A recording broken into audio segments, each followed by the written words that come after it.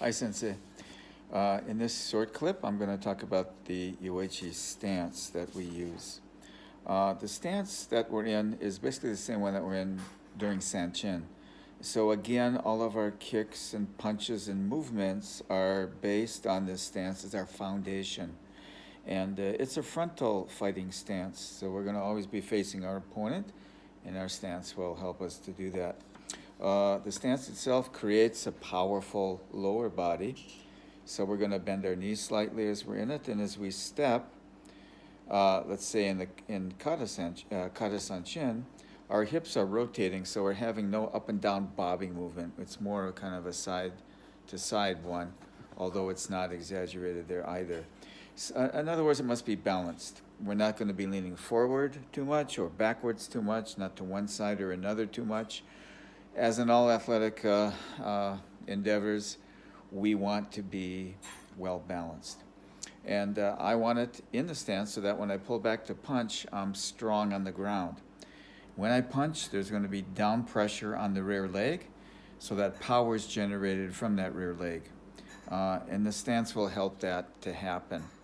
The stance then is working to create a powerful lower body. In the stance itself, which I'll demonstrate in a minute, we're going to have the front foot have the heel turned out a bit to create this a strong leg there. But we're not going to turn it out too far, because then you're going to topple over, and I'll model that in a minute. This is also a good position for blocking kicks, because without turning the foot slightly, that front foot, the middle or groin area can open up, and one's going to be a lot more vulnerable to a well-placed kick. The rear foot is going to more or less be straight, because this creates the frontal fight stance that I previously mentioned. And it's the best position for hip rotation and body rotation as well. If the rear foot isn't straight, as you mentioned, you're going to lose some power. As far as positioning the 2 feet in relation to each other, the rear toes of the back foot are going to be in line with the front heel. That's kind of the ideal. I see with myself it doesn't exactly work out that way, but that's what I'm going to try to do. So now I'll try to model it a bit.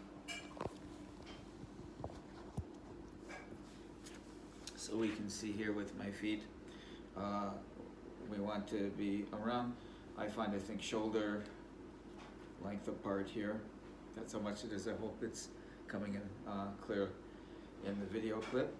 So I'm going to take the front foot and step forward a little bit, and I'm angling it. You can see it's angled a bit. So I'm angling this, my knee is bent, and with my rear foot, my toe is right around parallel with the heel of the back foot. This foot is turned straight. It doesn't look it to me, I don't know why in the video clip, but it is. And again, this knee is going to be slightly bent too. So here I feel really strong. And again, you don't want to lean forward too much, so you have a tendency to fall forward. You don't want to lean backward too much, so you have a tendency to fall to the rear. You're not going to lean too much to this way, so you're really going to be off balance and not able to generate much. And you don't want to go, obviously, this way too much either. You want to be as well balanced as you can. So again, right about here, I feel really good. And again, this foot is slightly turned out. Here it is straight. So it's slightly turned out this way. And again, if I have to block a kick, I'm well suited to do that. Coming up like, whoop, off balance there.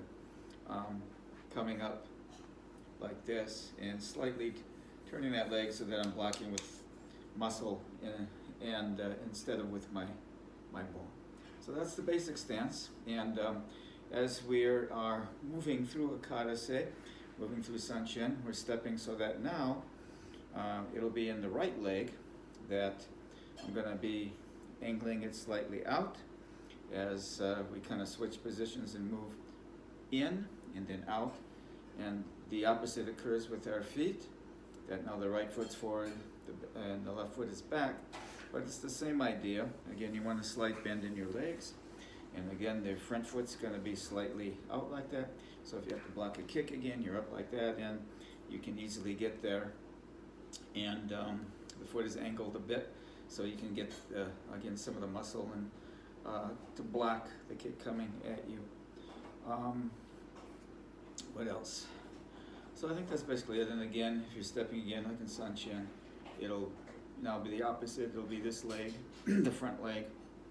I've moved into the middle and then out. Yeah, it's this one that's slightly out.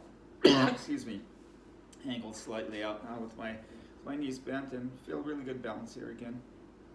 And my rear leg again is back, and my toes are approximately, well, that wasn't straight, yeah, coming right about here, which is again toward the heel of the back foot.